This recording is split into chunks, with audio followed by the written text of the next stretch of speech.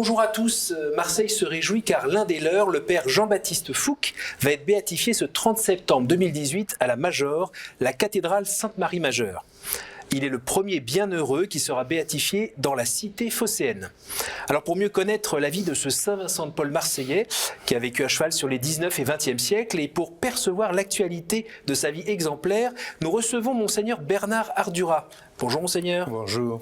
Alors vous êtes président du comité pontifical des sciences historiques, vous êtes aussi consulteur de la congrégation pour la cause des saints et postulateur pour la cause de canonisation de ce prêtre, donc bien placé pour nous parler du père Fouque.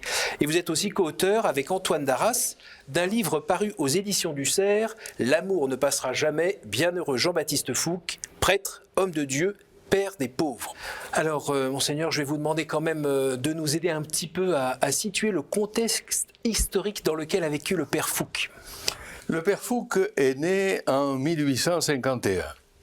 C'est une grande période d'expansion pour la ville de Marseille, pour son port.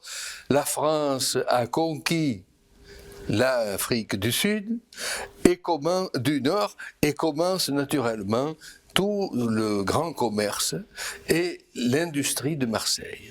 L'industrie de Marseille qui va être axée sur le commerce de l'huile, le commerce du sucre, et nous avons là la naissance d'une grande bourgeoisie qui va être en quelque sorte le fer de lance de toute l'œuvre de l'abbé Jean-Baptiste Fouque.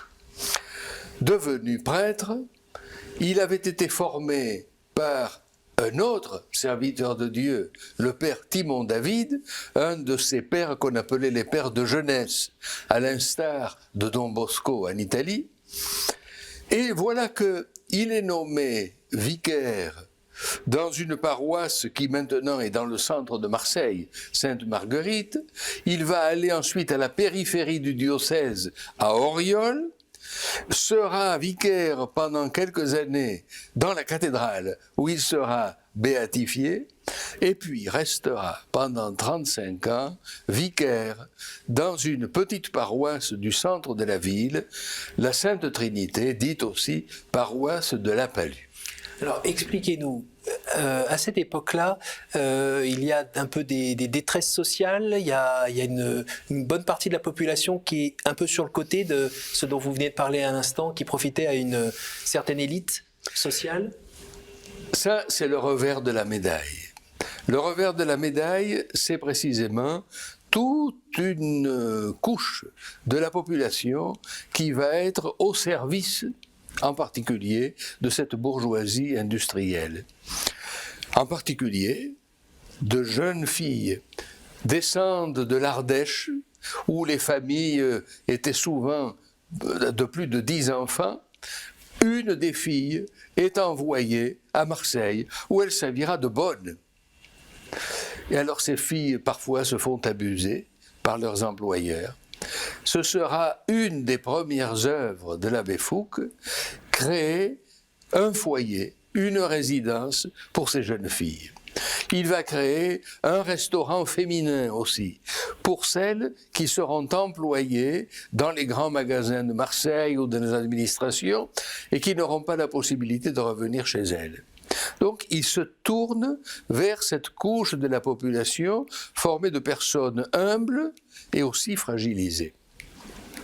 Puis, un jour, l'abbé Fouque est en ville, il assiste à un enterrement, et voici que le vicaire général, M. Payan d'Augery, un vicaire général qui ne plaisantait pas tous les jours, lui dit « L'abbé, cessez de vous occuper des filles.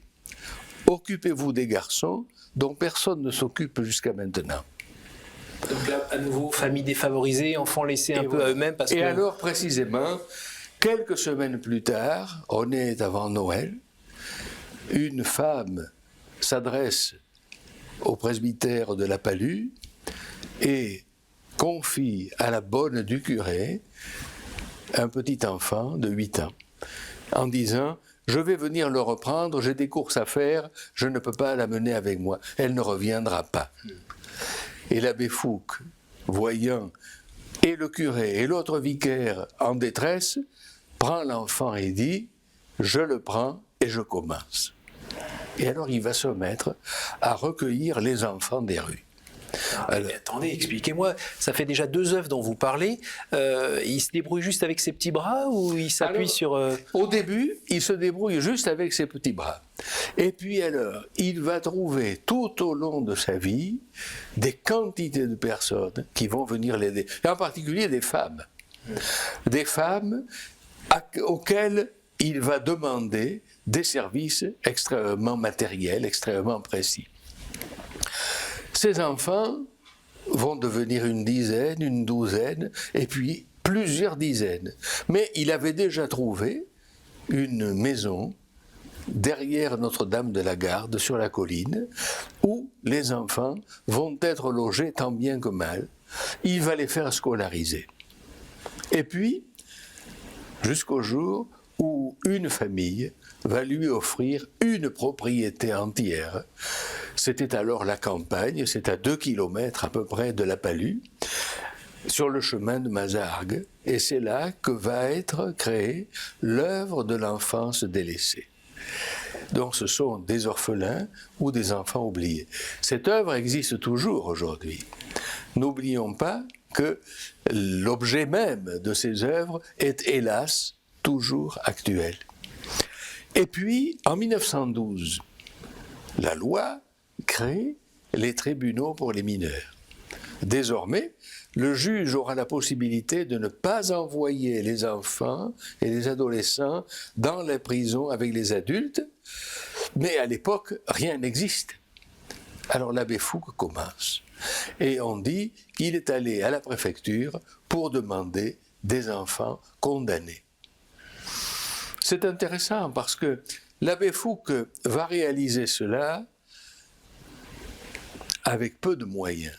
D'ailleurs, un de ses bons mots, c'est « Pour qu'une œuvre soit du bon Dieu, il ne faut pas avoir un sou en caisse ».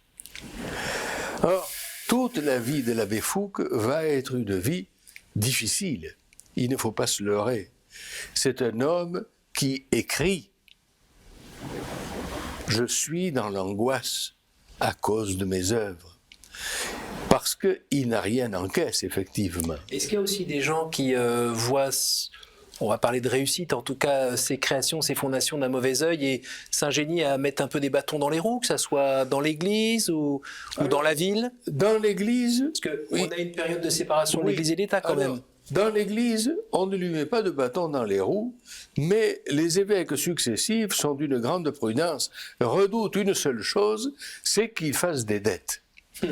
Et donc, comme dira Monseigneur Robert, à deux dont il voulait recevoir une approbation pour un certain projet, Monseigneur Robert se contente de lui dire « Monsieur l'abbé, mon ami, je ferme les yeux ». Alors l'abbé Fouque lui dit « Mais je voudrais, puisque je vous dis que je ferme les yeux ». Un autre côté, Monseigneur Fabre, c'est son dernier, avant-dernier évêque, Monseigneur Fabre met des bâtons dans les roues lorsque l'abbé Fouque veut créer un hôpital catholique. Ne l'oublions pas, en 1903, tous les religieux et religieuses de France qui n'étaient pas congrégations légalement reconnues sont expulsés. Ce qui donne l'occasion à l'abbé Fouque de faire racheter, et là il trouve toujours des gens qui ont des moyens, faire acheter l'ancien collège des dames de la doctrine chrétienne. Il va y créer un établissement appelé Cours Saint-Thomas d'Aquin.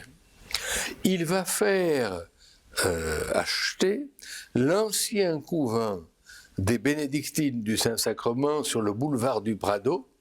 C'est là le site sur lequel il a construit l'hôpital Saint-Joseph. Qui est toujours en activité aujourd'hui, qui doit être le premier hôpital privé. Le plus grand hôpital privé de France, avec pratiquement 1 millier de lits et un pôle dédié à la famille, la mère et l'enfant, etc. Donc, l'abbé Fouque a connu des difficultés.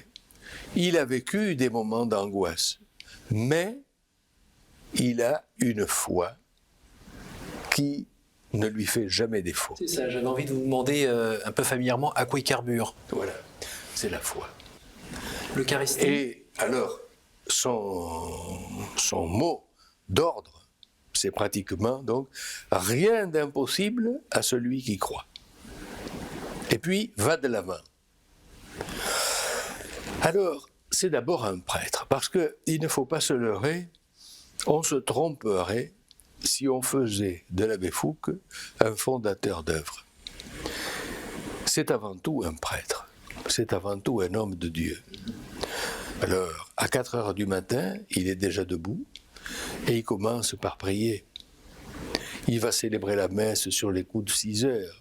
Ça, c'est sa réponse à la tension souvent dont on parle entre action et contemplation. Oui. Il y en a qui sont complètement dans l'action et qui en oublient la contemplation. Voilà. Lui, en revanche, il fonde bien son action sur la contemplation. Voilà. C'est parce qu'il est un homme de Dieu. Et puis, ensuite, il va dans ses diverses œuvres. Et le soir, il est au confessionnal. Aujourd'hui, on peut voir encore son confessionnal dans l'église de la Palue. Et il sera directeur spirituel de quantité de personnes. Alors, il dit quoi dans ses lettres, justement, de ce ministère de confession? Alors, il appelle la confession, le confessionnal, la pharmacie du bon Dieu. On parle parfois irrespectueusement de l'Eucharistie en disant le garde-manger du bon Dieu. Le confessionnal, c'est la pharmacie du bon Dieu et il est vraiment un apôtre de la miséricorde. Les témoignages que l'on a recueillis depuis 1944, on a recueilli des témoignages de personnes donc, qui l'ont fréquenté pendant plusieurs dizaines d'années et ces personnes nous disent il était bon, il était accueillant, il était miséricordieux, il était autoritaire. Et à ses dirigés spirituels, de cela, il exigeait l'obéissance. Et puis, si on n'était pas revenu pendant longtemps, au moment où on revenait, c'était comme si on l'avait quitté la veille. Nous avons là alors un homme qui est vraiment plein de l'amour de Dieu. Alors, dans votre livre, il y a un passage aussi que je trouve intéressant, c'est vis-à-vis des jeunes gens, des jeunes filles, où rapidement il demande... Enfin, on sent que pour la question de la vocation, lui, il pousse assez à ouvrir les oreilles à un appel de Dieu.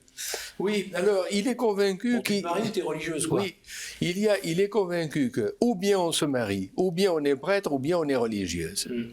Et alors il disait, je ne veux pas de vieilles filles ni de vieux garçons. Et vous donnez justement quelques chiffres, alors je ne sais plus dans quel quartier, où quand il est parti, on a vu les mariages repartir en flèche. C'est à Auriol. À Auriol, où on dit, mais il y a peut-être un peu de légende, n'est-ce pas ? En tout cas, on dit que quand il est parti d'Auriol, les jeunes gens ont dit, ah, enfin, on pourra se marier, n'est-ce pas ? Et les vocations, il y en avait eu vraiment plus à ce moment-là ? Il y a eu certainement beaucoup de vocations, et on a des témoignages de prêtres. On a des témoignages aussi de prêtres qui ont été séminaristes avec lui. Alors c'est très intéressant parce que dans le procès de 1944, il y a la déposition de Monseigneur Castellan, qui avait été au séminaire avec lui, qui est devenu archevêque de Chambéry, et qui disait très justement, on se tromperait si l'on pensait que l'abbé Fouque était un homme uniquement faiseur d'œuvres. C'était un mystique. Alors, quand on vous entend, on voit bien cette image de Saint Vincent de Paul Marseillais, Ave la Saint, ça c'est bon. Mais aujourd'hui, c'est-à-dire même très bientôt, le 30 septembre, il va être béatifié à Marseille. En quoi cette figure qui a vécu à cheval sur 2 siècles a quelque chose à nous dire aujourd'hui ? Qu'est-ce qui fait que... Pourquoi l'Église dit « Hey, regardez, celui-là, c'est un exemple à imiter aujourd'hui ». Alors d'abord, donc, c'est un exemple de chrétien, c'est un exemple de prêtre, parce que toute sa vie, donc, est ancrée dans sa foi au Christ, dans l'Eucharistie, dans le sacrement de pénitence, et sa foi porte du fruit.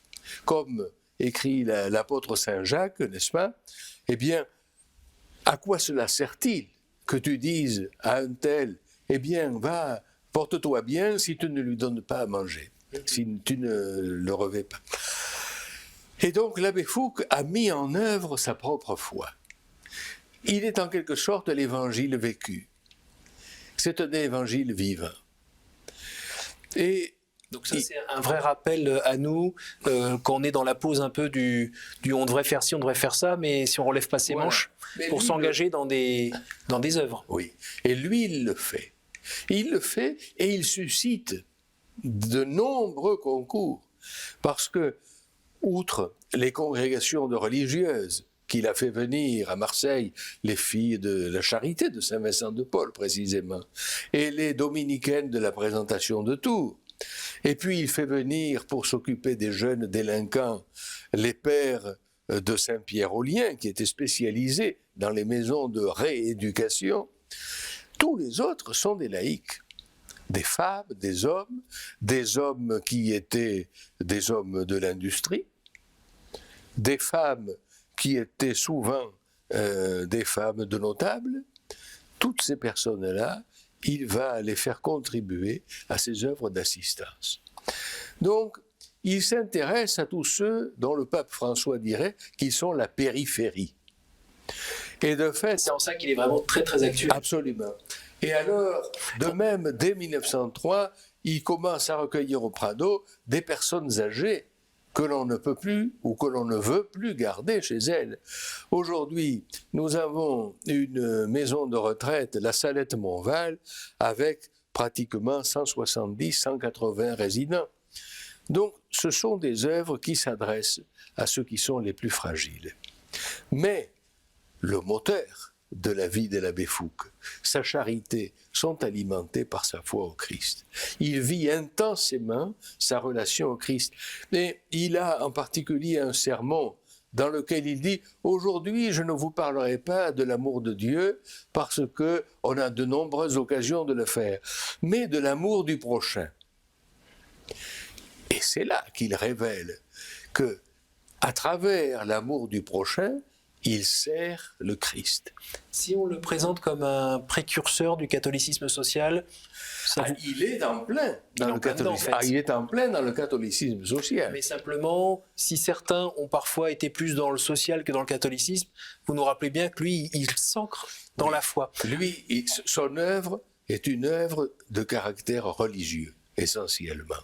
Tout à l'heure, vous avez parlé un petit peu des anxiétés dont il faisait part dans ses lettres. Donc, je veux dire, c'est pas parce qu'il a donné sa vie à Dieu que tout se passe. Et non. Et comme il dit, je suis anxieux, je suis angoissé pour mes œuvres. Et de fait, lorsque il a de multiples occasions, ou bien il doit acquérir ceci, ou bien il doit payer cela, il n'a pas un sou en poche. Comme dit une religieuse, je lui dis « Monsieur l'abbé, je n'ai plus d'argent. » Et lui répond « Moi non plus. » Mais l'argent arrive. Alors c'est aussi un fait très intéressant qui caractérise toute sa vie. C'est qu'il recevra toujours providentiellement ce dont il a besoin. Et il mourra sans un franc de dette, mais sans rien laisser non plus. Je crois qu'à un moment, vous parlez aussi de... je ne sais plus s'il s'adresse à un prêtre ou à quelqu'un en disant tu es arrivé pauvre, je t'invite à... C'est un séminariste auquel il dit « Et quand tu seras prêtre, qu'est-ce que tu demanderas au bon Dieu ?» Alors le séminariste lui dit « Je demanderai ceci. » Non, non, tu n'y es pas. Tu es né pauvre, demande-lui de mourir pauvre. Expliquez-nous. Et alors, cela veut dire que devenir prêtre, ce n'est pas assurer son propre avenir. Devenir prêtre, ce n'est pas s'assurer une position. Devenir prêtre, c'est être donné. Et être donné au point de n'avoir plus rien à soi. Se donner soi-même. Et c'est ce qu'a réalisé Jean-Baptiste Fouque pendant toute sa vie. Donc il récapitule en fait, j'ai envie de dire, différents états de vie actuels. Oui, alors ça c'est tout à fait exact. L'abbé Fouque est en quelque sorte une synthèse de la vie chrétienne. Parce que on peut le présenter comme un modèle de baptisé, comme un modèle de prêtre. C'est un homme de contemplation. Et alors on le représente souvent avec son bréviaire à la main, en train d'arpenter les rues de Marseille. Il est présent. On a des témoignages de gens qui l'ont vu célébrer la messe et dire combien ils en ont été frappés. Il y a la remarque d'un protestant qui est allé assister à la procession de la fête Dieu dans la propriété des Saints-Anges et qui dit « Voulez-vous savoir pourquoi j'étais aux Saints-Anges hier ? Je vais vous l'avouer en vous priant de m'excuser. Je suis allé voir si vous, les prêtres, vous croyez que vraiment Jésus est présent dans l'Eucharistie. Après avoir vu l'abbé Fouque, je sais que vous y croyez. » Alors l'héritage à Marseille de l'abbé Fouque aujourd'hui? Alors l'héritage aujourd'hui, donc c'est une palette d'œuvres. Animé encore par des gens qui se rattachent Alors, à sa figure? beaucoup de choses ont changé, en particulier la provenance de ceux et celles qui sont assistés dans ces œuvres et qui reflètent la société marseillaise, donc multiculturelle, multireligieuse. Et donc vous avez tous ceux qui correspondaient à l'enfance délaissée, donc des enfants ou orphelins ou abandonnés. Ça peut être aussi des enfants immigrés et arrivés seuls. Puis vous avez les jeunes qui sont confiés par le ministère de la Justice ou qui ont subi une condamnation ou bien qui parfois sont placés là pour les protéger, par exemple, de leur milieu. Puis, vous avez encore une école primaire fondée par l'abbé Fouque dans la paroisse de la Palue, l'école Perrin, Sainte Trinité, qui a été fondée en 1911 et qui aujourd'hui reçoit 200 enfants que je suis heureux de visiter au moins une fois chaque année. Et alors l'église de Marseille, le diocèse de Marseille, comment il vit justement cette béatification? Il s'appuie dessus pour faire ressortir quel point essentiel dans la vie du diocèse? Alors, l'idée pour la préparation immédiate a été de susciter une béa, une bonne action. JB fait sa béa. Et donc, stimuler les gens à faire comme Jean-Baptiste Fouque, c'est-à-dire à agir de telle sorte que ce que nous croyons, ce que nous professions, nous le vivions. L'idée est celle-là, parce que dans Jean-Baptiste Fouque, on perçoit la cohérence entre la foi et la vie, entre ce qu'il croit et ce qu'il fait. Et on voit bien que c'est sa foi qui lui inspire son action. C'est pourquoi j'ai tenu dans le sous-titre du livre que vous avez évoqué, « Homme de Dieu », avant tout. Homme de Dieu et serviteur des pauvres. Père, Monseigneur, dites-moi, vous avez passé pas mal de temps avec le Père Fouque. Oui. Qu'est-ce que ça a changé pour vous? Alors cette question me plaît beaucoup. Et je dois dire qu'au contact de l'abbé Fouque, pour moi, prêtre, j'ai beaucoup reçu. J'ai beaucoup reçu, et en particulier, l'authenticité, l'exigence d'authenticité de la vie. Alors, nous sommes dans des vases d'argile, comme dit saint Paul, nous sommes des vases d'argile, mais ce qui nous est demandé, eh bien, c'est vraiment d'agir en conformité avec ce que nous croyons, avec ce que nous enseignons. On dit parfois, les sermons n'ont jamais converti personne, mais s'ils convertissaient déjà le prédicateur, ce serait beaucoup. Merci beaucoup, Monseigneur. Merci beaucoup d'être venu nous donner un peu plus de chair à l'abbé Fouque, qu'on ne connaissait pas très bien. Je vous invite tous évidemment à suivre cette cérémonie qui sera retransmise sur KTO le 30 septembre à 16h. Merci à vous tous pour votre fidélité. Pour revoir cette émission, un site, ktotv.com. Merci et bonne journée.